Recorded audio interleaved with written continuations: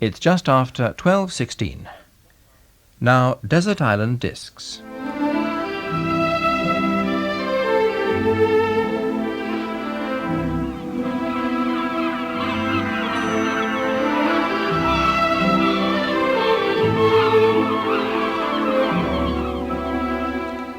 Our castaway is introduced by Sue Lawley. My castaway this week is a woman who has kept pace with her times. She began as a glamorous child of the 60s and grew into an admired actress. Today, acting is still her main profession, but she writes as well, explaining in her books that other aspect of her varied life, the domestic pleasures of being a wife and a mother. She is Jane Asher. Jane, it seems to me that you've always been well known, whether it's as a child actress or a trendsetter or a cake maker or a columnist. I mean, do you actually like being famous? Well, I suppose if I'm honest, I can't dislike it that much, or I would have stopped doing all the things that get noticed and get you written and talked about. But there are certain aspects of it I dislike intensely.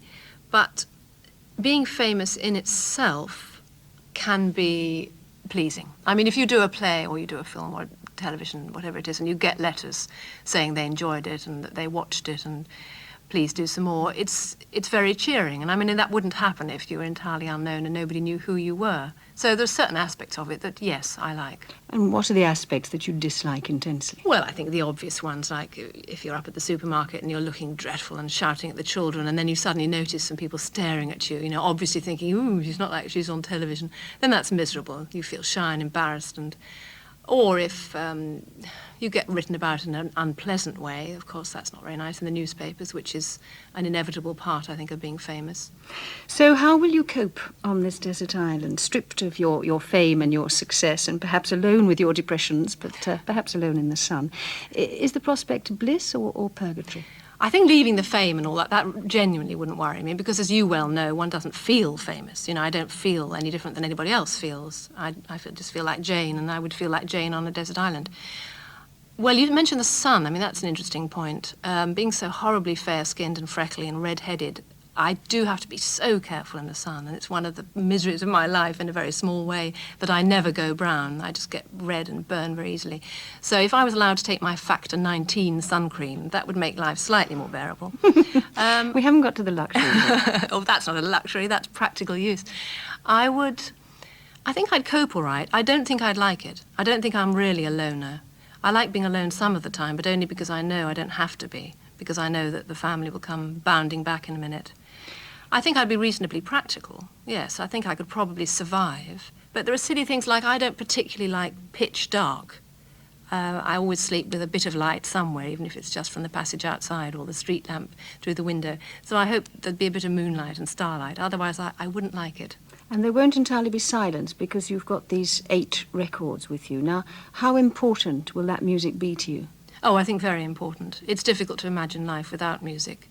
I was brought up in a musical family, and it's just always been around. So I would hate to think I couldn't have any music. Shall we have your first record, then? Yes. I've chosen this because it's the first record, literally, as a disc that I can remember putting onto our wind-up gramophone at home when we lived in Great Portland Street in London. And on the red label of the 78, my father had written Good for Dancing. So I always think of this piece as just called Good for Dancing because we used to all leap around to it. In fact, it's called Penguin Parade, and this version's played by the London Promenade Orchestra.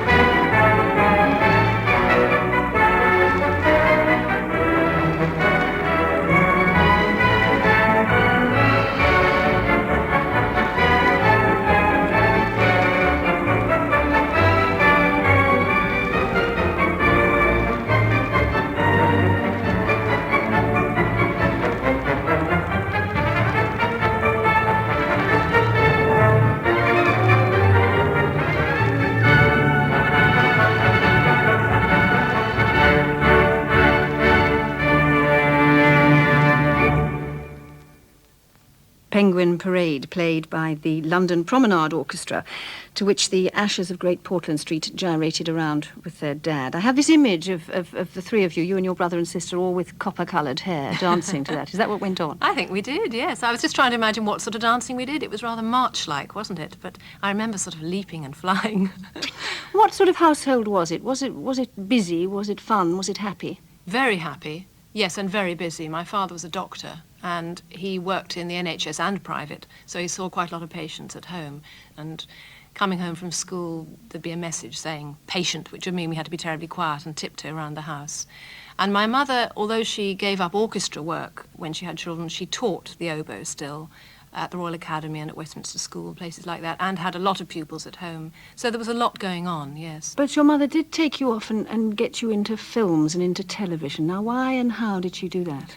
Well, I know how. I still don't quite know why. It's a strange thing. It's not until you're in your 40s, as I am, I think, that you really begin to analyse exactly what went on in your young childhood. I think they had some friends who had children who'd done little bits in films and television and thought it was great fun. And the three of us had, as you say, bright red hair and looked rather cute. And my mother and father took us along to an agent who said, yes, wonderful, we'll get them little bits of work. It's sort of unlike them. I still don't quite see why. I was really the only one of the three children to take it seriously. I enjoyed it so much that I really became hooked. What was your first film? Mandy, a very good film starring a girl called Mandy Miller about a deaf and dumb child. Very moving film with Jack Hawkins too and Phyllis Calvert. And I had a tiny part of one of the deaf and dumb girls in the school. And I can just remember being on location. But I think the thing that really sticks in my mind is being left there, my mother driving off. That's the memory that... How old were you then? Well, I was 5 and a half, 6, something like that. Pretty little, really. Let's pause there and have your second record.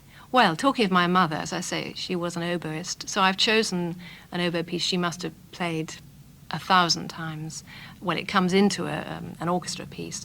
Quite difficult to play. She always says the second oboe part is harder than the first, although you wouldn't necessarily know it listening. And she also played under Beecham many times and adored him.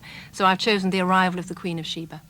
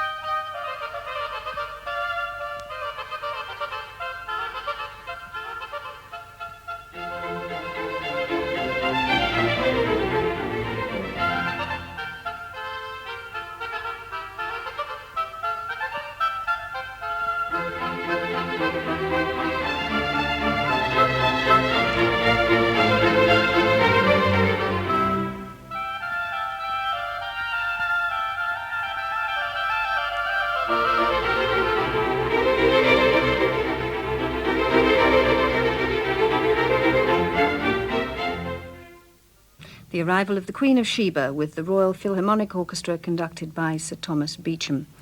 So, Jane Asher, you began at this very young age to act in films. What about television? Well, in those days, as far as I remember, you weren't allowed to do live television, which of course it all was then, or live theatre under the age of 12.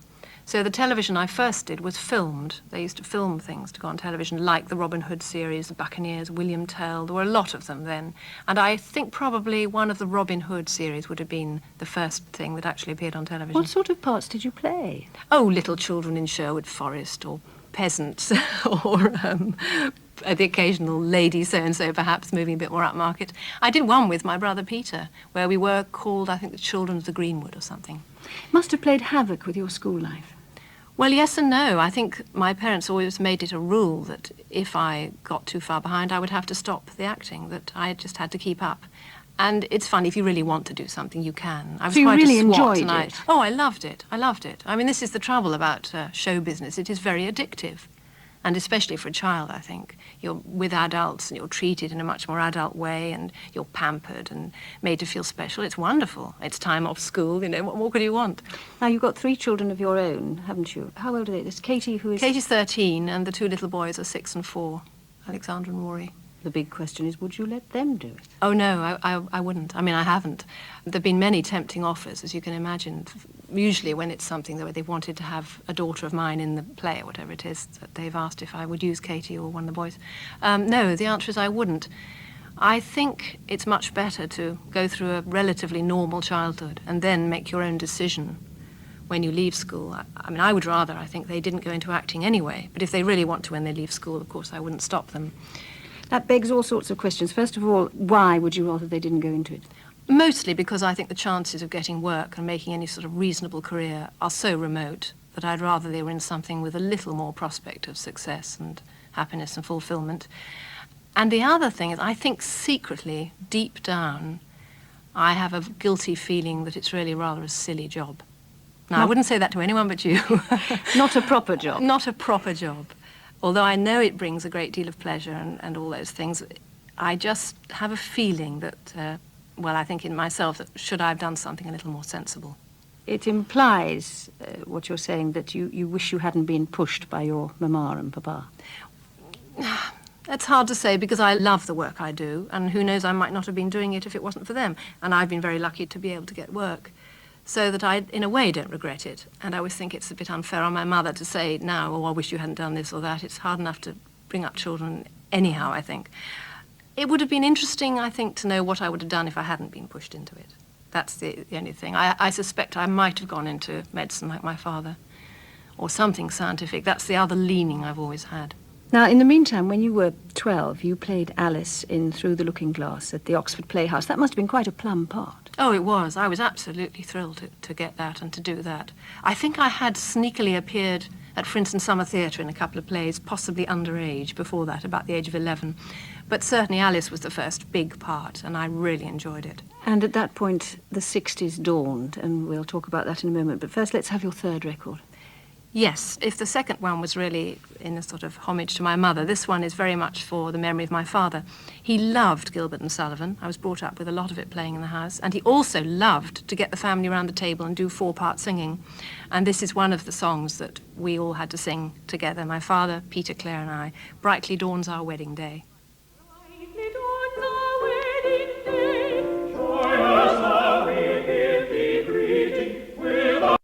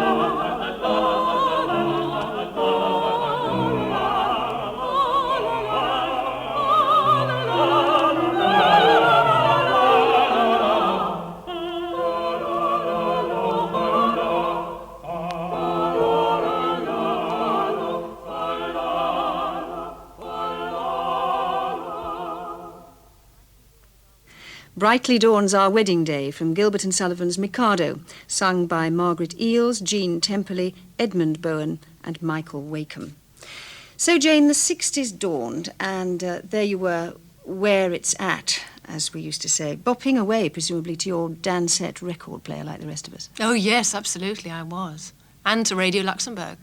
What are your abiding memories of those days? Because, of course, the difference between you and the rest of us was you knew all the right people. I mean, you knew the Beatles, you knew Marianne Faithfull, you knew Mick Jagger. I had fun, undoubtedly. I think at the time I just felt I was a teenager having a good time. Whether I felt that it was a especially exciting, wonderful period, I don't think I did. I had all the insecurities and anxieties that one does when you're a teenager. Looking back now, I think it was a very special time, probably, if only that there wasn't this awful shadow of unemployment and recession that has been hanging over young people now, which I think has changed enormously the climate. I mean, the atom bomb was sort of creeping around then. That was my biggest fear, I suppose. You were on CND marches and anti-Vietnam I had a brief marches, flirt with CND, yes. I think I was frightened. I was desperately trying to do something to stop us all being blown to bits. Now, whether one's resigned to it or just thinks perhaps it won't happen after all, I'm not sure. You also, of course, were the envy of us all because you were on Jukebox Jury. Yes, I was on Jukebox Jury. That happened quite by chance, but I really enjoyed it and had enormous fun. It was a strange sort of sideline that came out of nowhere. It kind of made 'em or slayed 'em, really, that hit I don't or know miss. if it did, really. I don't think we had much power, but it was... I just like to hear the awful thing that went so, Yes, so when did it was a I. miss. But do you think that you will look back on those days? I mean, if we reach the end of this century, will you look back and think that was the right period in which to be a teenager, the 60s? Of this century, I suspect, yes, possibly. Although it's getting a little bit brighter now. Who knows, there could be. When my daughter, she's now 13, when she reaches 18, 19, maybe things will feel a bit brighter. I hope so. I'm quite sure you want to take a record from that era. You must. Yes, I do. My dear brother was very much involved in the rock scene at that time with his partner Gordon, Peter and Gordon. Had a lot of hits and had terrific fun. And there's one of theirs I particularly like called Woman. Woman, do you love me? Woman, if you need me, then believe me, I need you to be my woman. Woman, do you love me? Woman, if you need me, then believe me, I need you to be my woman. And should you ask me how I'm doing, what shall I say? Things are okay, but I know that they're not, and I still may have lost. Woman, do you love me? Woman, if you need me, then believe me, I need you to be my woman. And if you take your time and tell me when we're alone, love will come home. I would give up my world if you'll say that my girl is my woman.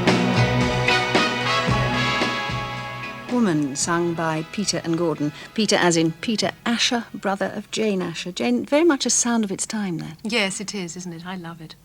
Let's talk about your acting career now, Jane. In 1965, you joined the Bristol Old Vic Company. Now, Yes. had you had any formal training as an actress at all? No, I hadn't. By the time I left school at 15, I took my O-levels and just left.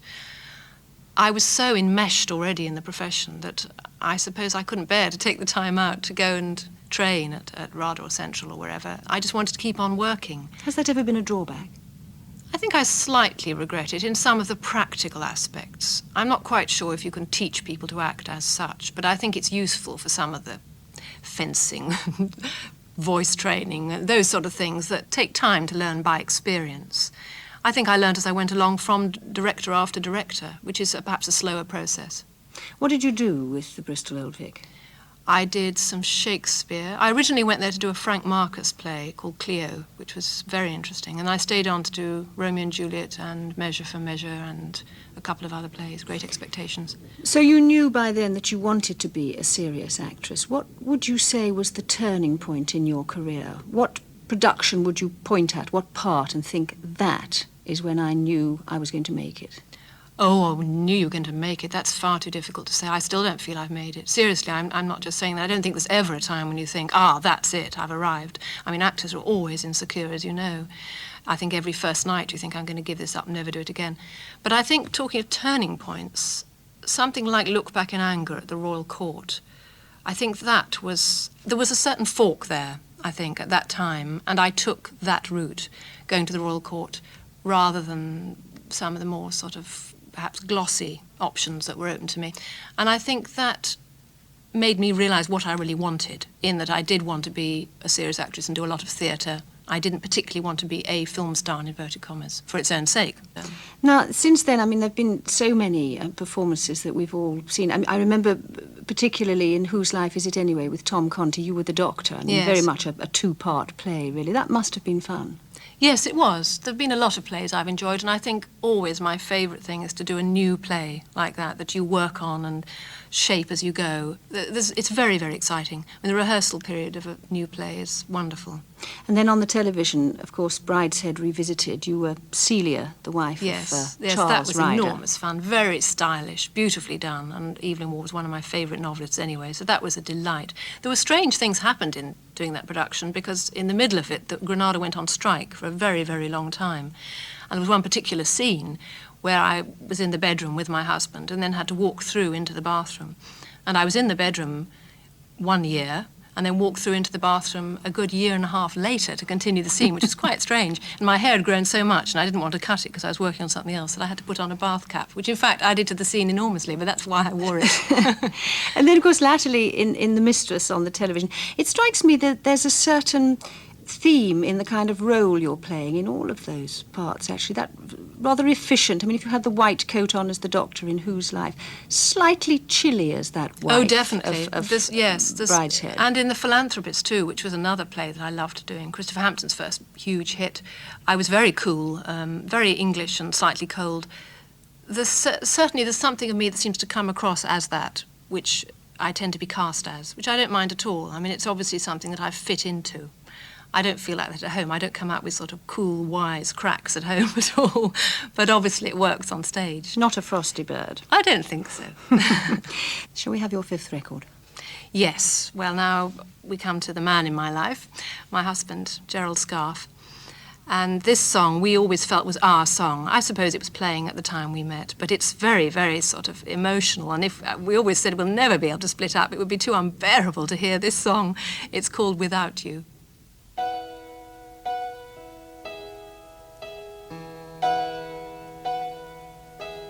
No, I can't forget this evening or your face as you were leaving, but I guess that's just the way the story goes.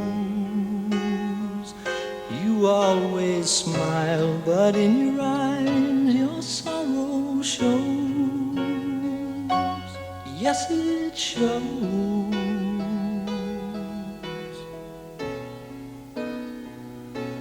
No, I can't forget tomorrow when I think of all my sorrow. Well, I had you there, but then I let you go. And now it's only fair that I should let you know what you should know.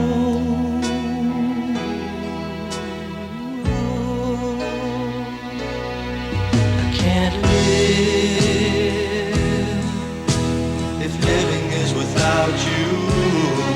I can't live.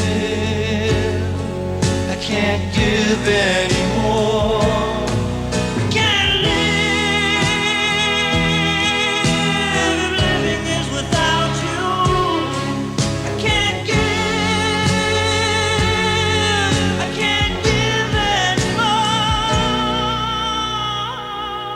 Well, I can't forget this evening or your Without You, sung by Harry Nilsson. Strong stuff, actually. It is, isn't it? Makes a shiver go down my spine. Now, as you say, you're married to Gerald Scarfe. I'm sure that people often say to you, to outward view, why does someone as nice and demure as you fancy, is attracted by, nay, is married to this kind of savage cartoonist? Well, you see, his drawings are savage, but he's not. I think this is where people get confused. Gerald draws the things that he hates, that he's frightened of, that worry him, that upset him. He is not like that himself, I'm glad to say.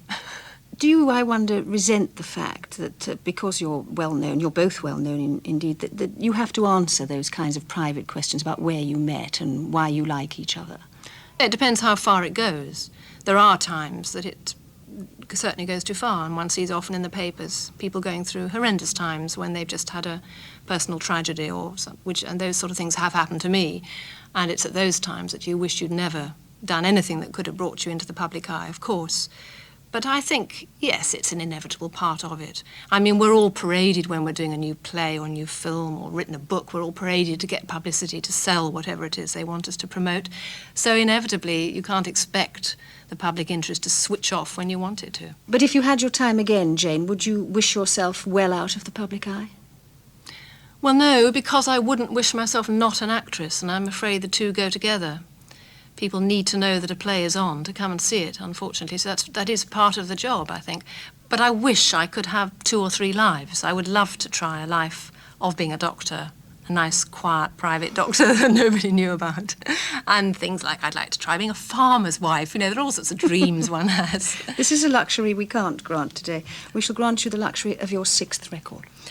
Well, now, this is a piece of opera. It took me quite a long time to get to opera. I've always loved classical music, having been brought up, as I said, surrounded by it. But I was sort of scared of opera. And I think once it hit me, I love opera. And I think if I had to pick one, it would be Don Giovanni as my favourite opera of all. And this particular tenor aria is quite beautiful. Dalla sua pace.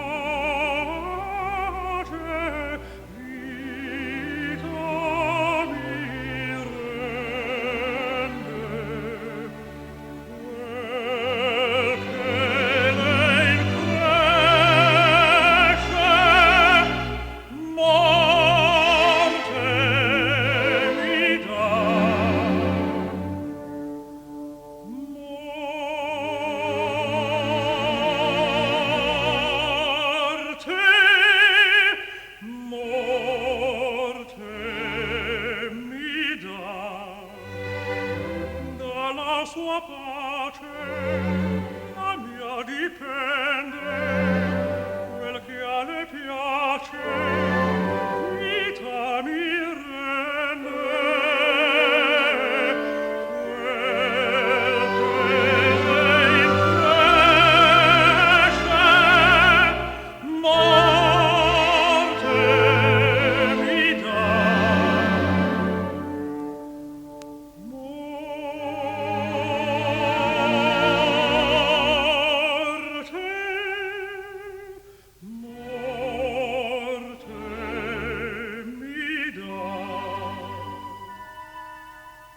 The aria Dalla sua pace, sung by Keith Lewis from Mozart's Don Giovanni, with the London Philharmonic Orchestra, conducted by Bernard Haitink.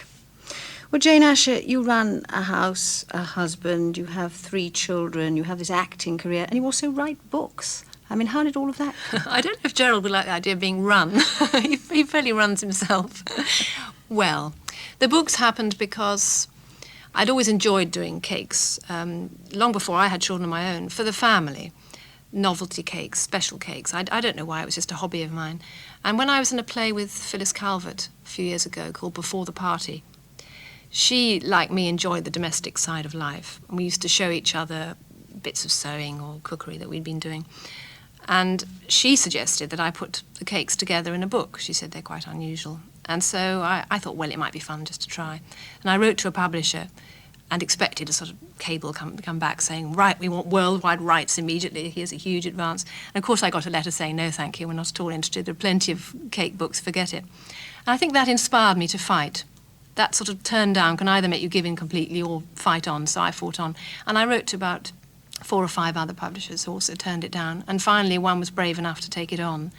And that's how it all started, and that one did very well. And been going ever since. But what happens in the middle of all of this when you've been commissioned to do a cookery book and the children are, running out to school and coming home again, they've all got their problems, and then the offer of a really plum part comes along? What takes priority? Oh, if it was between an acting part and a book, if it was a wonderful part, I would take the part, undoubtedly. I mean, it would probably throw deadlines into confusion, but I'm always sort of muddling too many things along at once anyway. If it was between children and part, that's quite different.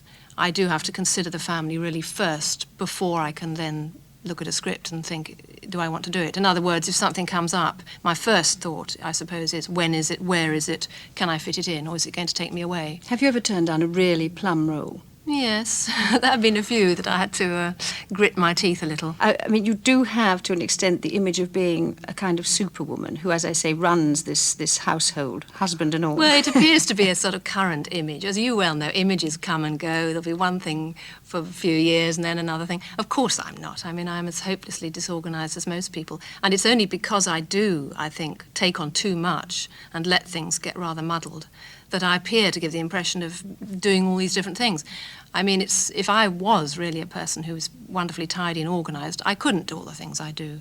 It's because I do let things go and there are piles of this, that and the other in corners and dirty brown grapes rolling around the bottom of the fruit bowl, the sort of thing. It's wonderful to hear, Jane. Go on. Tell us your seventh record.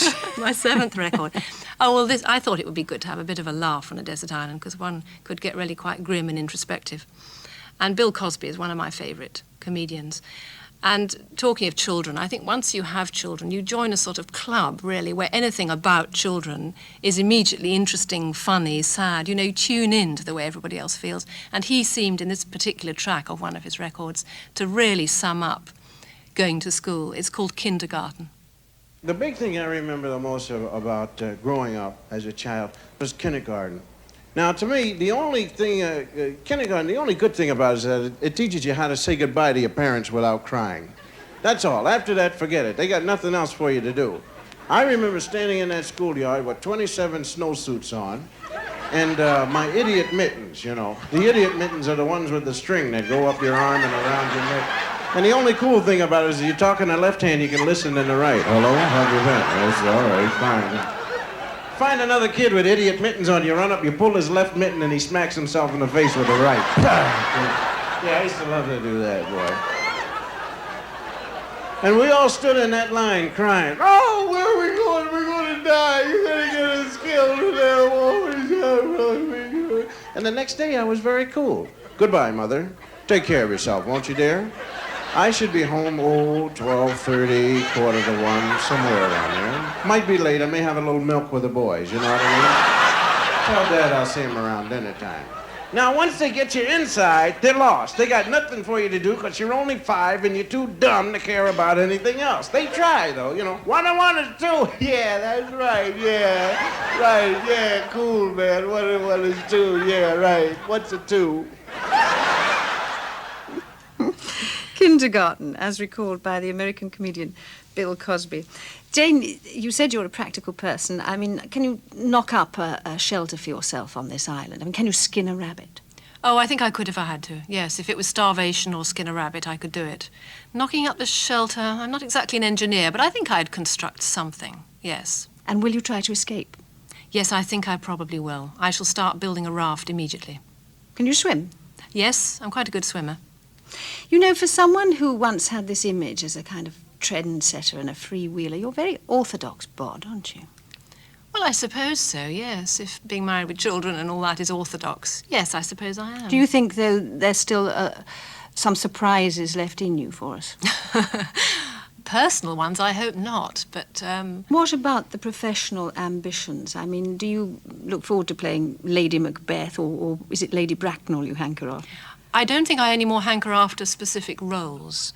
I just hope to go on doing, as I said, my favourite thing, new plays. I'm doing a new play this autumn, which I'm much looking forward to. That's when I'm at my happiest, really, I think. What is that? A new Alan Ayckbourn play that we're doing in London, which I'm very much looking forward to, that he's directing, because I think he's not only one of our most brilliant authors, but a stunning director, too.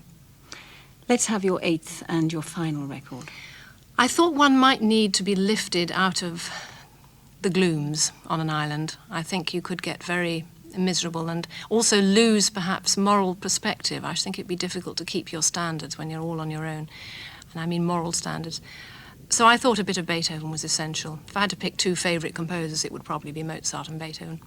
And the Ode to Joy, I think, cannot be bettered.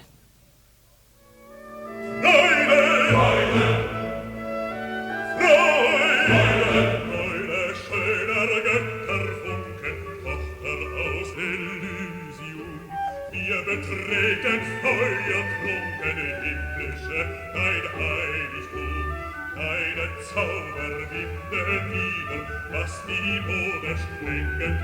Alle Menschen werden Brüder, wo dein sanfter Flügel weilt. Deine Zauberwinde nieder, was die Mode sprengen. Alle Menschen werden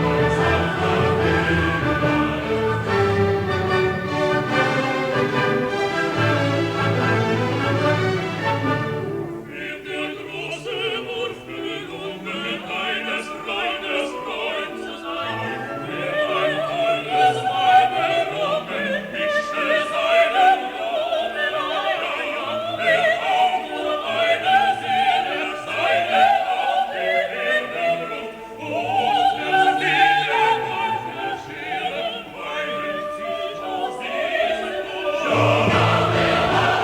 sanfter Beethoven's Ode to Joy, performed by the Vienna State Opera Chorus and the Vienna Philharmonic Orchestra, conducted by Claudio Abbado.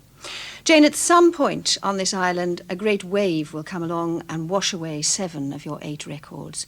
Which one do you hope it leaves behind? I think the Beethoven. I think for moral uplifting, that couldn't be bettered, and I think that's what one would need. And then the next question, you have the Bible and you have the complete works of Shakespeare with you. What other book would you like to take? I'd like to take the novels of Thomas Hardy. I'm All sure of you them? can get it in one big book, Sue. I'm sure you can. You can't. This is breaking the rules. You're allowed one book, no complete works. All right, if I have to take one, I'll take Tess of the D'Urbervilles. I think that's the book, well, one of the books I've enjoyed immensely. I love books. How do you pick one book? But that one will do nicely to be going on with. And your luxury? My luxury is a hot bath, preferably with a little extra tap that has cold champagne coming out of it. I know this may be asking a bit much, but I think if You're I could... squeezing a lot out of the system. If I could lie in a hot bath with a glass of champagne, listening to Beethoven, it might be bearable. Jane Asher, have a lovely time. And thank you very much indeed for letting us hear your Desert Island Discs. Thank you.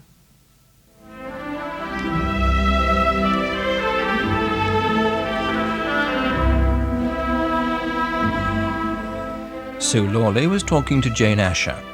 Desert Island Discs was created by Roy Plumley and the producer was Judith Rolls. Next Sunday's castaway will be Arthur Scargill.